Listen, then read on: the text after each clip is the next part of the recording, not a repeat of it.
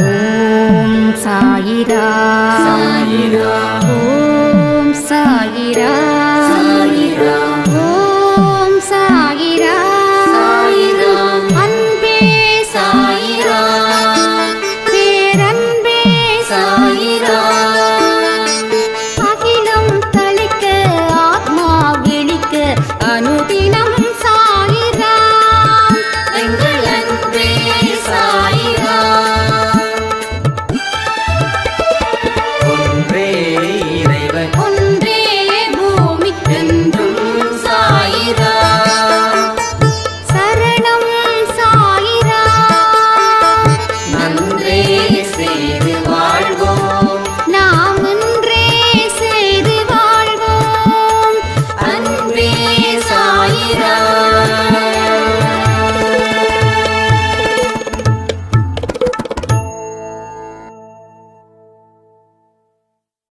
சாயிரா. என் உயிரின் உயிரானவர்களே, இந்த மாதம் சிறப்பான மாதமா இருக்கணும்னு சாயப்பா கிட்ட பிரார்த்தனை பண்ணிக்கிறேன். உங்களுடைய கனவுகள் நிறைவேறணும், உங்கள் ஆரோக்கியம் மேம்படணும், உங்க வளர்ச்சி அதிகரிக்கணும். இல்லை அப்படின்ற ஒரு வார்த்தை இனி உங்க வார்த்தையில இல்லாமல் இருக்கட்டும், எதிரொலிக்காமல் இருக்கட்டும். இங்க இருக்கிற அத்தனை பேரும் அன்பை பகிர்ந்துக்க முயற்சி பண்ணணும். ஆணவம், அகங்காரம், இந்த மாதிரி தீய எண்ணங்களால் ஏற்பட்ட அத்தனை விஷயத்தையும் நாம அழிக்கணும். இதை நீங்க சிறப்பா இந்த மாசத்துல செயல்படுத்தணும்னு நான் எதிர்பார்க்கிறேன். ஒவ்வொரு மாசமும் சாயப்பா ஒவ்வொரு வார்த்தைகளை எனக்கு சொல்லுவார். ஆனால் இந்த மாதம் சொன்ன வார்த்தைகள் என்ன தெரியுமா? கவனத்துடன் இரு. அதாவது இது எனக்கு சொல்லலை, நம்ம எல்லாருக்கும் சொல்றாரு. என்ன வார்த்தை? கவனத்துடன் இரு. இன்னைக்கு வாக்கு தத்துவம் வச்சுக்கலாமா? கவனத்துடன் இரு. என்ன கவனத்தோட இருக்கணும்? அப்போ நான் என்ன நினைக்கிறேன், என்ன செய்கிறேன், இதில் கவனம் வைக்கணும். நான் ஒரு மனுஷனோட வாழ்க்கையை கெடுக்கணும் நினைக்கிறேன்னா அதற்கு தகுந்த மாதிரி செயல்படுறேனா அப்படின்றத நான் கவனிக்கணும். அப்போ இது இந்த மாதிரி விஷயங்களை செய்யும்போது என் வாழ்க்கையில் பின்விளைவுகளை நான் சந்திக்க வேண்டிய ஒரு நிலை வருமே அப்படின்னு சொல்லி பயப்படணும். பயந்து அந்த வேலையை நிறுத்தணும், அதை முறியடிக்கணும். ஸோ இதை எல்லா விஷயத்தையும் நீங்கள் தொடர்ந்து செய்ய செய்ய செய்ய நல்ல காரியங்களை மட்டும் நம்ம தொடர்ந்து செய்வோம். கெட்ட காரியங்கள் செய்யறத நம்ம நிறுத்திடுவோம். நல்லா புரிஞ்சுக்கோங்க, ஒரு வினைக்கும் எதிர்வினை ஒன்று உண்டு. எல்லா வினைக்கும் எதிர்வினை இருக்குது. நீங்கள் நல்லது பண்ணால் நல்லது மட்டும்தான் நடக்கும், வேற எதுவுமே நடக்காது உங்கள் வாழ்க்கையில். அப்போது நீங்கள் எவ்வளவுக்கு எவ்வளோ வறுமையில் இருந்தாலும் இந்த வறுமையை ஒழிக்கணும் அப்படின்னா நீங்கள் பிறருக்கு மனதளவில் நல்லது செய்யக்கூடிய மனிதர்களாக நீங்கள் உருவாகணும். ஸோ அந்த உருவாக்கம் உங்கள் வாழ்க்கையில் இந்த வறுமை அப்படின்றத அழிச்சிடும். நேர்மையிலும் வறுமை எவனிடம் இருக்கிறதோ அவனுக்கு கடவுள் அத்தனை விஷயத்தையும் செய்து கொடுப்பார். அவன் கேட்டதை விட கேட்காததே அவனுக்கு நிறைய கிடைக்கும். ஸோ அப்பேற்பட்ட அதிசயம் இந்த வாழ்க்கையில் நடக்கணும்னா உன்னுடைய முயற்சியில் கவனமை, உன்னுடைய செயல்களில் கவனமை, உன்னுடைய எண்ணத்தில் கவனமை. ஒரு வார்த்தை பேசுறதுக்கு முன்னாடி அது எந்த அளவுக்கு அந்த வார்த்தை உங்களுக்கு எதிராக திரும்பும் அப்படின்றதையும் நினைவில் வைத்துக்கொண்டு நீ செயல்படு. ஸோ இந்த மாதம் எப்படி இருக்கணும்? எல்லாவற்றிலும் கவனம் இருக்கணும். ஒரு இடத்துல கூட கவனம் சிதறக்கூடாது. இருப்பீங்களா? அது மாதிரி இருக்கணும். இருந்தாதான் இங்கே பெரிய ஒரு வாழ்க்கையை நம்ம வாழ முடியும். நம்ம நேற்று கூட ஒரு பதிவில் சொன்னோம். என்ன சொன்னோம்? 5 வருடத்திற்கு அப்புறம் உங்கள் வாழ்க்கையில் ஒரு பலமான மாற்றத்தை சாயப்பா ஏற்படுத்த போகிறார். சொன்னோமா இல்லையா? அப்போது அதுக்கு இப்போ நீங்கள் அஸ்திவாரம் தோண்டணும் தானே. அப்போ இப்போ நமக்கு தோண்டினா தானே பில்டிங்கை கட்ட முடியும். அதில் தானே நம்ம வாழ்க்கையை வாழ முடியும். நம்ம வெற்றி நமக்கு என்றைக்குமே நம் வசப்படணும்ல. அப்போ தானே நம்ம வாழக்கூடிய வாழ்க்கையில் போதுமான சந்தோஷமும் உற்சாகமும் மன அமைதியும் நம்பிக்கையும் உங்களுக்கு கிடைக்கும். அப்போ இதை நம்ம ஏன் முயற்சிகள் பண்ணலை? இதுதான் பெரிய கேள்வியாக இருக்குது. இந்த வழியில் போனால் கண்டிப்பாக பலன் கிடைக்குது அப்படின்னும் தெரிஞ்சும் அந்த வழியில் நம்ம பயணம் செய்யலை. இது எத்தனை பேர் ஒத்துக்கிறீங்க? கமெண்ட் பண்ணுறீங்களா? இந்த வழியில் போனால் நல்லதுன்னு தெரியுதுங்க, ஆனால் இந்த வழியில் நான் போக முடியல. எத்தனை பேர் சொல்கிறீங்க? அப்போ என்ன அர்த்தம் அப்படின்னா, நாம் வேற ஒரு பாதையில் செய்யக்கூடிய பயணத்தை நிறுத்த மனதில்லாதவர்களாக இருக்கிறதால இந்த பாதையில் பயணம் செய்ய முடியல. அதாவது பாவத்தை செய்கிறவன் புண்ணியத்தை செய்ய விரும்பலை. ஏன் அப்படின்னா, பாவம் செய்கிறதால அவன் மனசில் அவ்வளவு சந்தோஷம். அப்போ புண்ணியம் செய்கிறதால அவனுக்கு கிடைக்க வேண்டிய சந்தோஷம் உடனடியாக கிடைக்கல. இப்போ இவனுக்கு தேவை என்ன தெரியுமா? உடனடியாக இவனுக்கு தேவை சந்தோஷம். பின்னாடி கிடைக்கிறத பற்றி அவன் கவலைப்படலை. இப்போ எனக்கு வேணும், இப்போ நான் சந்தோஷமாக இருக்கணும், இப்போ நான் ரொம்ப ஸ்ட்ரெஸ்ஃபுல்லாக இருக்கேன், இந்த நொடி நான் வேறு எதையாவது செய்யணும்னு சொல்லி அவன் தன்னுடைய எண்ணத்திலையும் கவனம் வைக்காம, தன்னுடைய சொல்லிலும் கவனம் வைக்காம, தன்னுடைய செயலிலும் கவனத்தை வைக்காமல், நல்லா புரிஞ்சுக்கணும், இந்த 3த்திலையும் கவனத்தை வைக்காம ஏதோ ஒரு உணர்ச்சி வசப்பட்டு அவன் செய்யக்கூடிய செயல்கள் அந்த நேரத்துக்கு அவனுக்கு சந்தோஷத்தை கொடுத்தாலும் அடுத்த நிமிடத்துக்கு அவனுக்கு என்ன ஆகுது? ஊசி முனையில் உட்காந்துக்கிட்டு இருந்தால் எந்த மாதிரி பயம் இருக்குமோ, ஒரு முதல்ல பசியோடு இருக்கும்போது நாம் அதற்கு முன்னாடி எப்படி உட்கார்ந்துருப்போமோ அச்சத்துடன், அதுதான் நடக்கும். அதாவது சின்ன சின்ன பாவத்தை நாம் சில புண்ணியங்கள் மூலமாக செஞ்சிடலாம், அதுக்கு கடவுளுடைய அருள் தேவைப்படாது. ஆனால் பெரிய பெரிய பாவத்தை நம்ம செஞ்சுருப்போம். இந்த ஜென்மத்தில் மட்டும் இல்லை, இதற்கு முன்னாடி வரக்கூடிய ஜென்மத்தில் கூட நாம் பெரிய பெரிய பாவத்தை நிச்சயமாக செஞ்சுருப்போம். அப்போ அங்கே என்ன செய்யணும் அப்படின்னா, ஒரு சின்ன உதாரணத்தை வச்சு சொல்கிறேன். ஒரு தலைவலி வருதுங்க, ஒரு வயிறு வலி வருது, ஒரு ஃபீவர் அடிக்குது. என்ன பண்ணுவோம்? உடனே ஸ்பெஷலிஸ்ட் டாக்டர்கிட்ட போவோமா? ஜஸ்ட் ஃபீவர் வச்சுப்போம், மற்ற கூட வேண்டாம். ஏன்னா அதனே காமனாக வருது. ஒன்று ஃபீவர் வரும், இல்லை சளி பிடிக்கும் இல்லையா? இப்போ ஒரு ஃபீவரோ ஒரு சளியோ பிடிக்குது. நீங்கள் என்ன பண்ணுறீங்க? உங்களுக்கு தெரிஞ்ச ஒரு மெடிக்கல் ஷாப் இருக்கும், அங்கே போயிட்டு ஏதோ பேராசிட்டமாலோ சம்திங் கோல்ட் ஆக்டோ ஏதோ ஒரு டேப்லெட்டை நீங்கள் போட்டுக்கிறீங்க. எதுக்கு? ஃபீவர் குறையணும், சளி தீரணும் அப்படின்னு. அப்போது அவங்க சொல்கிறாங்க, ஒரு நாள் காலையிலையும் நைட்டும் 3 நாளைக்கு நான் மாத்திரை போட்டு கொடுக்குறேன், சரியாயிடும் அப்படின்வோம். ஏன்னா ஒரே நாளில் ஒரே வேளையில் மாத்திரை சாப்பிட்டா சரியாகாது, எல்லாருக்கும் தெரியும். ஸோ 3 நாளைக்கு 2 வேளை, காலையிலையும் நைட்டும், காலையிலையும் நைட்டும். மொத்தம் எத்தனை மாத்திரை? 6 மாத்திரை. மொத்தம் 6 மாத்திரை கொடுக்குறாங்க.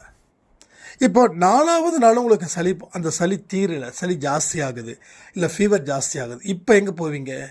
இப்போயும் அதே மெடிக்கல் ஷாப் போவீங்களா? சில பேர் போவாங்க, ஆனால் அது புத்திசாலித்தனமான்றதை நம்ம யோசிக்கணும். நம்ம என்ன பண்ணுவோம்? மெடிக்கலில் கொடுத்த மாத்திரை உடம்பு கேட்கல, மாத்திரை சரியான மாத்திரை தான், அவங்க தப்பாக கொடுக்கல, ஆனால் நம்ம உடம்பு அக்செப்ட் பண்ணலை அந்த மாத்திரையை. அந்த மாத்திரை அக்செப்ட் பண்ணியிருந்தால் கண்டிப்பாக நமக்கு பிரச்சனை வந்திருக்காது இல்லையா? அப்போ ஏன் தேடுறோம்? அடுத்த நாள் உடம்பு அக்செப்ட் பண்ணலை, அந்த மாத்திரை பலன் தரலை. அதனால் நாம் போகிறோம். சரிதானே? அப்போ ஹாஸ்பிட்டல் போய்ட்டு டாக்டர் ப்ரிஸ்கிரிப்ஷன் எழுதி கொடுக்குறாங்க. அடுத்த ஒரு 3 நாளில் க்யூர் ஆகிடுது. ஸோ மெடிக்கல் ஷாப்பில் கொடுத்த மாத்திரையும் தப்பு இல்லை, டாக்டர் கொடுத்த மாத்திரை தான் பெஸ்ட்டுன்னு சொல்லிடவும் முடியாது. ஏன்னா அவங்க ஒரு பொதுவான ஒரு விஷயத்தை செஞ்சாங்க, அது மோஸ்ட்லி சரியாகுதுன்றதுக்காக தான் அவங்க உங்களுக்கு கொடுக்குறாங்க. சரியா? ஆனால் டாக்டர் என்ன பண்ணுறாரு, கரெக்டாக எக்ஸாமின் பண்ணுறாரு. என்னப்பா அவனுக்கு பிரச்சனை, ஃபீவர் எப்படிப்பா இருக்குது, அப்படி இப்படி சொல்கிறாங்க. அப்புறம் அப்போது ஒரு சில டெஸ்ட்டெல்லாம் எடுக்க சொல்கிறாங்க. அப்போ என்ன ஃபீவர்னு கண்டுபிடிக்கிறாங்க. அந்த ஃபீவருக்கு தேவையான மாத்திரை, மருந்து, வேறு ஏதாவது ஃபுட்டில் ஏதாவது சரி பண்ணணுமா, எப்போ சாப்பிடணும், சாப்பிட்றதுக்கு முன்னாடி அதுக்கு உண்டான ஆன்டிபயோட்டிக் எல்லாமே கொடுக்குறாங்க. ஏன்னா வெறும் மாத்திரை சாப்பிட்டா வயிறு புண்ணாயிடும். ஆனால் மெடிக்கல் ஷாப்பில் இவ்வளோ கொடுக்கல, ஆனால் டாக்டர் கொடுக்குறாரு. ஏன்னா உங்களுக்கு வந்திருக்கக்கூடிய ஃபீவர் சாதாரண ஃபீவர் இல்லை, அது வேறு ஒரு வகையில் வந்திருக்கக்கூடிய ஃபீவர். அதை சரி பண்ணணுன்னா அது டெஸ்டின் மூலமாக அதை தெரிஞ்சுக்கிட்டு அதுக்கு தகுந்த மாதிரி மாத்திரை மருந்தை கொடுக்குறாங்க. இப்போ சரியாயிடுது. அதே தான் இப்பையும் சின்ன சின்ன பாவத்துக்கு சின்ன சின்ன புண்ணியங்களை செய்து தப்பிச்சுக்கலாம். ரைட்டா? சின்ன ஒருத்தனை ஏமாற்றணும் அப்படின்னா 4 பேருக்கு ஒரு ஹெல்ப் பண்ணும்போது அது ஏமாற்றம் போயிடும். ஆனால் நீங்கள் ஏமாத்தின நபர் வாழ்க்கையில் முன்னுக்கே வரலை, இப்போ வரைக்கும் அவருடைய கண்களில் இருந்து கண்ணீர் தான் வருது அப்படின்னும் போது நீங்கள் எத்தனை பேருக்கு உதவி செய்தாலும் அது பத்தாது. அந்த நேரத்தில் டாக்டர் சாய்பாபா இங்கே கேட்ட மாதிரி இருக்குதா? நம்ம தினமும் ப்ரே பண்ணுவோம்ல, அதான். ஸோ டாக்டர் சாய்பாபா, அதாவது என்ன சொல்கிறேன்னா, சாய்பாபா வணங்கினாதான் அந்த பெரிய பாவங்களும் முடிவுக்கு வரும், இல்லைன்னா முடிவுக்கு வராது. அப்போதான் நான் சொல்கிறேன், இந்த பாதையில் போனால் எல்லாமே சாதிச்சிடலாம். ஆனால் இந்த பாதையில் ஏன் போகலை, அன்பே சாய் குடும்பத்தில் சொல்லக்கூடிய பாதையில் ஏன் நீங்கள் போகலை அப்படின்னா, இது உடனுக்கு உடனே நிவாரணம் கொடுக்காது. 1, இது லேட்டாக தான் வேலை செய்யும். 2, அதனால் நம்ம என்ன பண்ணுறோம், உடனுக்குடன் எங்கேயாவது தீர்வுகள் கிடைக்குதான்னு பார்க்குறோம், அதற்கு முயற்சி பண்ணுறோம், போராடுறோம். ஒன்று சொல்கிறேன், மெடிக்கல் ஷாப்பாக ஏறுறது பெஸ்ட்டா, இல்லை டாக்டர்கிட்ட போய் சரி பண்ணுறது பெஸ்ட்டா? இவ்வளோதான். அப்போது ஃபீவர் சரியாகலை இந்த மெடிக்கல் ஷாப்பில், ஸோ இன்னொரு மெடிக்கல் ஷாப்பில் போனால் அவரும் அதுக்கு தகுந்த மாதிரி அதே மாத்திரை வேறு கம்பெனியில் கொடுப்பார். ஏன்னா நமக்கு தெரியாது இல்லையா எந்த மாத்திரை எந்த கம்பெனின்னு. நாம் நினைப்போம் சரி வேறு ஒன்று கொடுத்துருக்காருன்னு. அப்போ அங்கே ஒரு 3 நாள், அப்போ அங்கேயும் சரியாகாது. அப்போ ஆனால் ஹாஸ்பிட்டல் கண்ணுக்கு முன்னாடி இருக்கும். ஆனால் நாம் என்ன பண்ணுவோம், இல்லை இது மெடிக்கல் ஷாப்லேயே சரி பண்ணிக்கலாம். ஹாஸ்பிட்டல்லாம் போனால் கூட்டம், வெயிட் பண்ணணும், டாக்டர் உண்டு ஏதாவது ஒன்று சொல்லுவாங்க, அது பிரச்சனை ஆகும்னு திரும்பவும் மறுபடியும் வேறு ஒரு மெடிக்கல் ஷாப் போய்ட்டு ஊரில் இருக்கிற அத்தனை மெடிக்கல் ஷாப்லேயும் நம்ம மாத்திரை வாங்கி சாப்பிட்ருப்போம். இந்த இடத்துல நோயோட தீவிரம் ஜாஸ்தியாக இருக்கும். சரிதானே? நோயோட தீவிரம் ஜாஸ்தியாகும். அதுக்கப்புறம் ஃபைனலாக எழுந்திருக்க முடியாத நிலைமையில் இருக்கும்போது வீட்டில் 4 பேர் தூக்கிட்டு போவாங்க.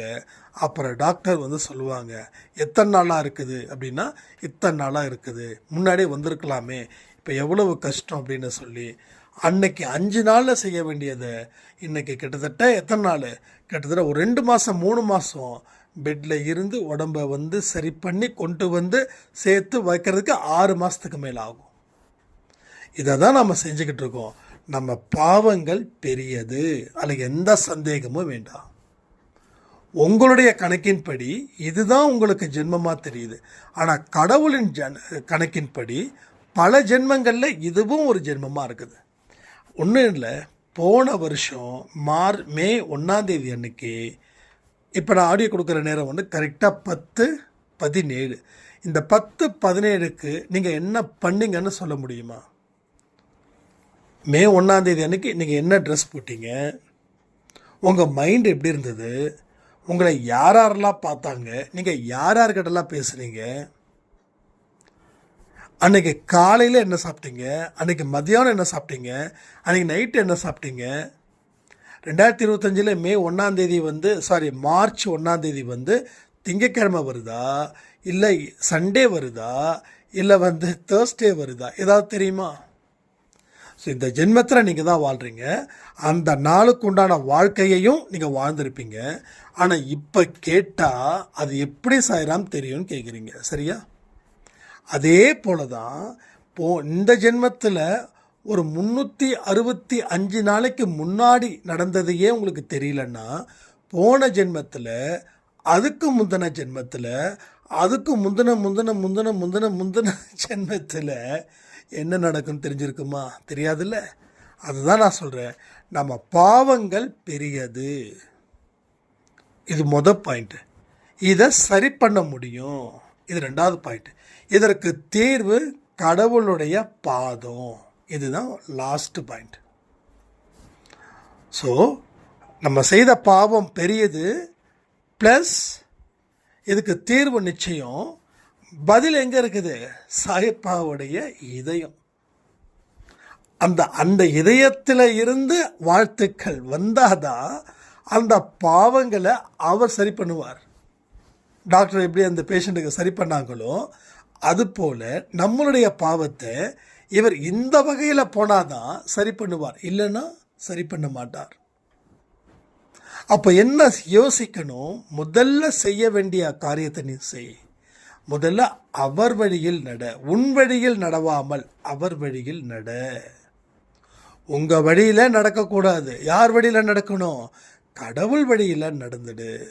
கடவுள் வழியில் நீ நடக்கும்போது தான் உனக்கு தேவையான அத்தனை அதிகாரமும், உனக்கு தேவையான அத்தனை சந்தோஷமும், உனக்கு தேவையான அத்தனை புகழும், பெயரும், செல்வமும், ஆரோக்கியமும் கிடைக்கும். புரியுதுங்களா? அப்போது உங்கள் வழியில் நீங்கள் நடந்தீங்கன்னா இப்போ என்ன நடக்குதோ அது மட்டும்தான் கிடைக்கும். அப்போ கடவுள் வழியில் செல்லும்போது உங்களுக்கு தேவையானது மட்டும் இல்லை, உங்களுக்கு நீங்கள் எதிர்பார்க்காததை கூட கடவுள் உங்களுக்கு நிச்சயமாக கொடுப்பார்கள். இதை தான் நீங்கள் உறுதிப்படுத்தணும். இதை உறுதிப்படுத்தி உங்கள் வாழ்க்கையை அடுத்த இடத்துக்கு நீங்கள் உங்களை அழைச்சிட்டு போகணும். உங்களை நீங்கள் அழைச்சிட்டு போகணும். உங்களுக்குள்ள ஒருவன் இருக்கிறான். அது என்றைக்குமே அப்படி திருப்பி பாருங்கள். நீங்களாக உங்களை பார்க்காம உங்களை வேறு ஒருவனாக பாருங்கள்.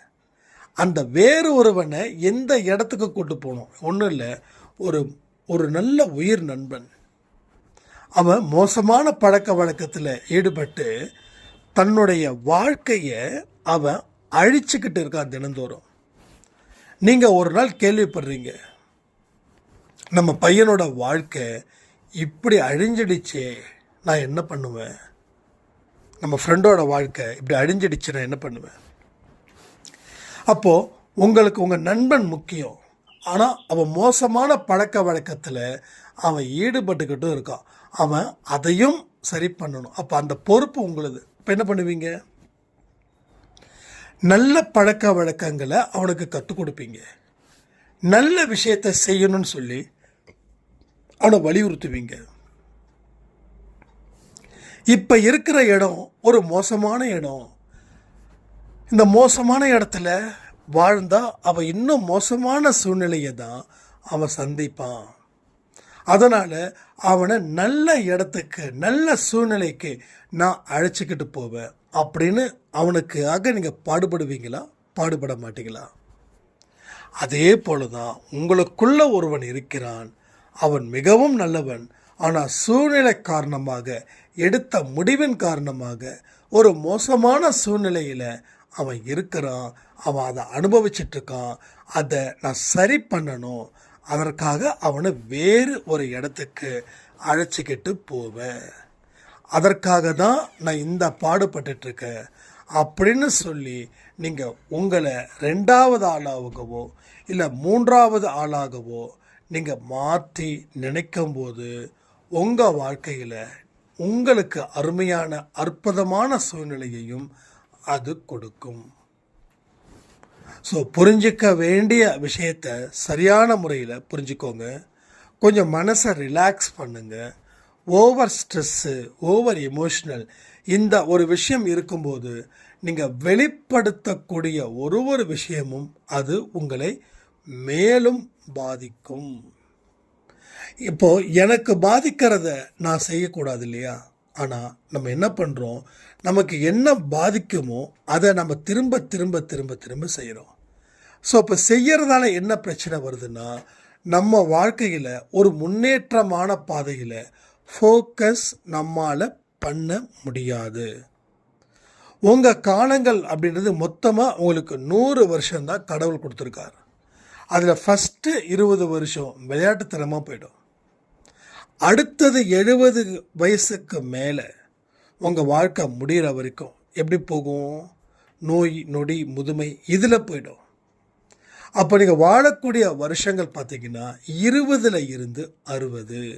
ஸோ நீங்கள் உண்மையாகவே வாழக்கூடிய வருஷங்கள் 40 வருடங்கள் மட்டுமே. இப்போ இந்த 40 வருடங்களில் நம்ம என்ன பண்ணுறோம், ஒவ்வொரு நாளையும் ஒரு நொடியையும் எப்படி கொண்டு வரோம். அப்போ அந்த 40 வருஷம்தான் உங்களுக்கு கேப். 100 மறந்துடுங்க, ஒன்லி 40 இயர்ஸ். அது இப்போ சில பேருக்கு 50 தாண்டினாவே முடிஞ்சிடுது, அது வேறு விஷயம். நான் சொல்கிறது ஓரளவுக்காவது ஆரோக்கியமாக இருக்கக்கூடியவர்கள், சரியா? இப்போ 20லேருந்து 60, அப்போ எத்தனை வருஷம், 40 வருஷம்.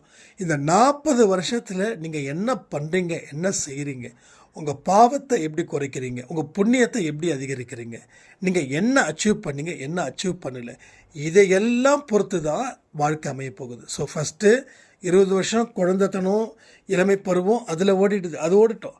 அடுத்தது அந்த 20ல் இருந்து அதுக்கப்புறம் தான் படிப்பு முடிக்கிறீங்க, இல்லை வேலைக்கு போகிறவங்களும் தொழில் பண்ணுறாங்க, படிப்பை முடிச்சுட்டு அந்த 30ல் கல்யாணம் ஆகிடுது, குழந்தை வந்துடுது. அந்த 32 அடுத்து ஒரு 40, அடுத்து 42 அடுத்து ஒரு 50, 52 ஒரு 60. ஏதோ ஒரு மூவியில் வந்து ரஜினி 8 பிரிக்கிற மாதிரி நான் வந்து இப்படி ஒட்டுமொத்தமாக 3 பிரித்து இருக்கிறேன் நான். ஸோ இந்த 20 to 60 கரெக்ட் பண்ணுங்கள்.